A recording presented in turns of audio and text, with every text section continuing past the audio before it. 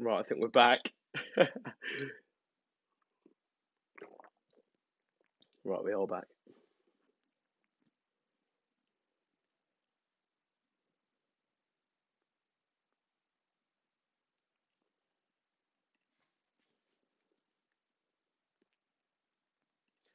Hi guys, welcome back to the Bordeaux Team, the Watford fan channel for another Watford FC transfer news video. Apologies about the technical difficulties. I think the Wi-Fi was playing up, so I really do apologise about that. But hopefully you've joined the live stream and joined us for another Watford FC transfer news video. A lot to talk about today, as there always is at the moment. I normally do these videos where there's a few rumours to talk about. And the big one coming from Adam Leventhal, Lord Leventhal. If you don't know Adam Leventhal, he's a Sky Sports News presenter, reporter, Watford fan, and he reports on all the news surrounding Watford Football Club and is probably the most reliable source out there at the moment. So when you turn on your notifications for Adam Leventhal when it comes to the summer and January transfer window, I'm certainly someone who does do that because normally what he tweets is very accurate. And he's gone on to say in a tweet, a couple of tweets, it would take a fee of £70 million for Watford to sell Abdoulaye Doucouré this January. Move almost guaranteed to take place in the summer, which is an astronomical fee for Abdoulaye Doucouré. Sky Sports News went on to say in their transfer centre show at around 5, 7 o'clock that Abdoulaye Doucouré is rated by Watford at about £39-40 million. So that's probably his actual value. But it would take a fee of £70 million plus for Watford to sell Doucouré in this window, which is unbelievable if that happened. If that bid came in, Doucouré, go please.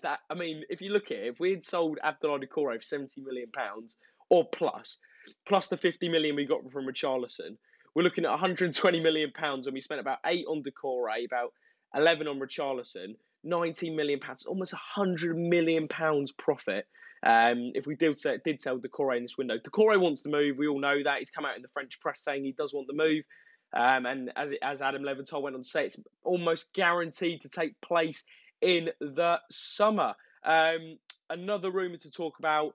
Well, it's not really a rumour. It was one which was kind of sparked up by Watford fans asking Adam, is Odion Ighalo going to return to Watford? He's back in England. He's looking for a move to the Premier League in this January transfer window. He was in the Chinese Super League. They want to get back the £20 million that they paid for him, and he wants to move. He pretty much got his money from the Chinese Super League, and he fancies a move back to the Prem to kind of revitalise his career.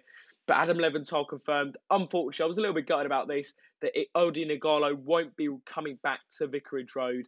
There are other Premier League options. Southampton have been linked already. I look at the likes of Cardiff, who probably are crying for a striker at the moment. I think they're on the verge of signing Oumar Niasse on loan. And you look at Odion Ighalo, has he still got 10 to 15 goals in him? I believe he does. That's over a full season, and he could definitely do a job for a lower, bottom of the table side, I'd say. But would I have taken Odion Ighalo back to Watford?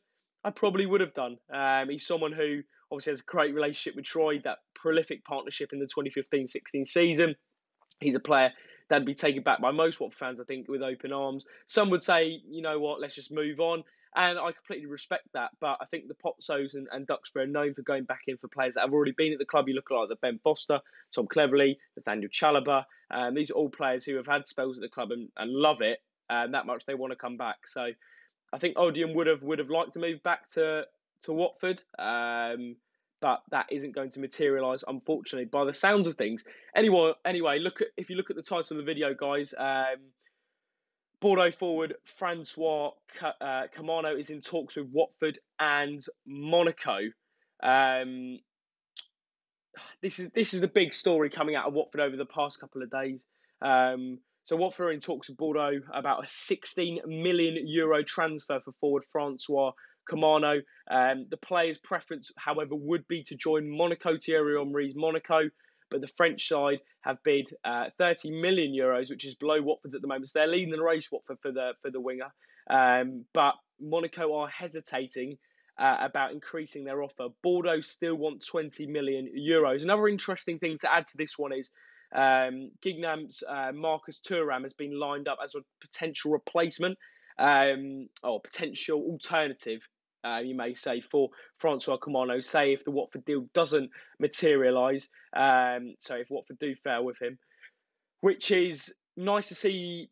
The transfer and recruitment do have a backup plan for a number one target. I think Marcus Thuram's stats are actually better than Kamano's, but yeah, Kamano seemed to be the one lineup from Watford. I don't know a lot about French football, if I'm completely honest, but it's interesting to see we're going for a forward, going for a winger.